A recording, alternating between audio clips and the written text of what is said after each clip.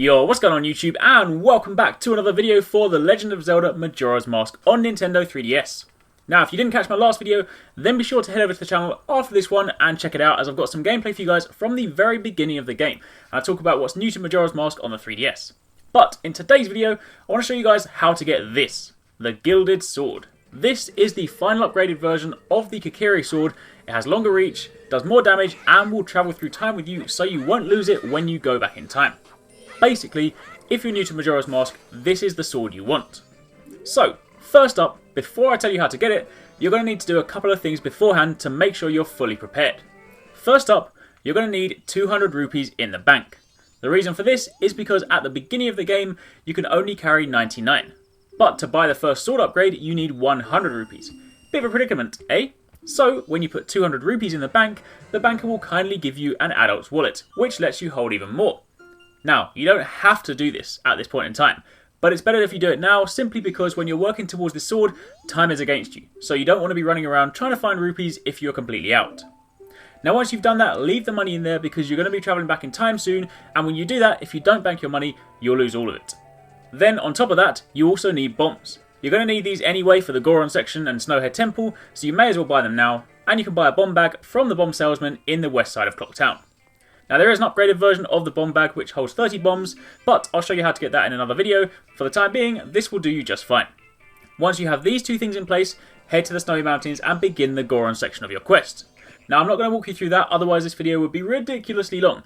But what you want to do is get to the point where you've activated the owl statue outside the swordsmith at Mountain Village, you've got your Goron mask, and you've got to the bridge before Snowhead Temple. When you're at this bridge, to your right, there's an owl statue. Activate it so you can now fly back here at any time, and now we're done. Now you can play the Song of Time, rewind time back to the beginning of the first day, and now your quest for the sword begins. First up, before you go anywhere, make sure you play the inverted Song of Time. That's the Song of Time backwards, and that will slow down the progression of time and give you more room to breathe. Then, next up, you want to play the Song of Soaring and fly back to the owl statue we were just at. Now that you're here at the start of the bridge, it's now your job to work your way through Snowhead Temple, defeat the boss, and come out the other side victorious. Again, I'm not going to run you through the whole temple, otherwise this video will go on forever, but the one thing I will say is that you need to complete this temple in less than one day. When you come out the other end, it cannot be day 2. See, in order for this to work, you need to be able to return to the swordsmith in Mountain Village before the end of the first day to give him your sword so that he can sharpen it. So, with all of that in mind, assuming you've successfully come out the other end in less than one day, fly straight back to Clock Town, go to the bank, take out 100 rupees and fly back to Mountain Village. Go inside the hut, speak to the swordsmith, pay 100 rupees for the upgrade, he'll then take your sword and ask you to come back tomorrow. Now, don't fast forward just yet, in the meantime we're going to prep the next stage.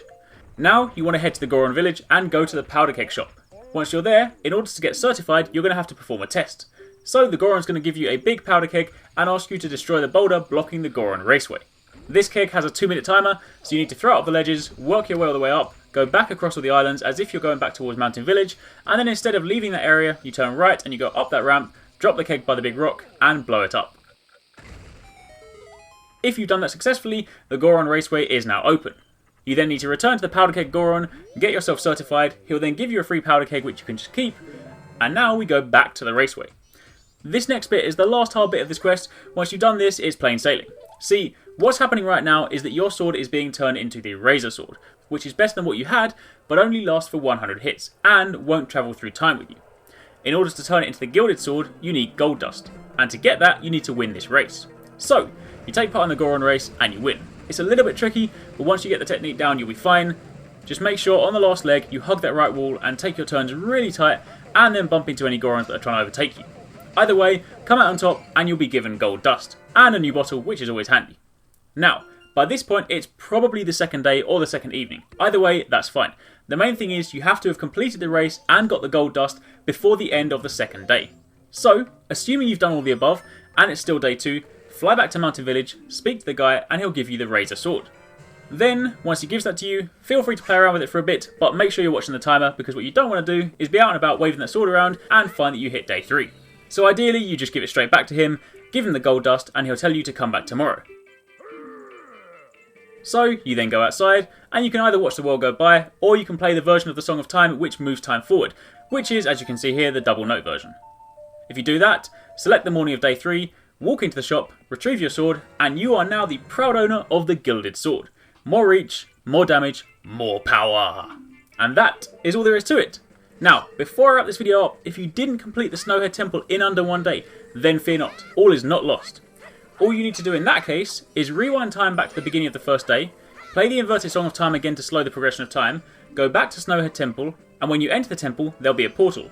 It'll take you straight to the boss room. Yes, you do have to fight the boss again, but you don't have to do the rest of the temple. So if you're in this situation, then this bit should only take you about 15 minutes, and in game time it shouldn't even take you the morning. Then, once you defeat the boss, you follow the instructions I've already laid out, and then you too can be the proud owner of a Gilded sword.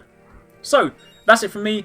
Hopefully you guys enjoyed this video, hopefully you found it helpful, and if you did, don't forget to leave a like and hit that thumbs up button, and also be sure to subscribe to be part of the RX Gaming Nation, and so you don't miss any of our daily gaming videos. Thanks again for watching, take it easy, catch you next time, peace out.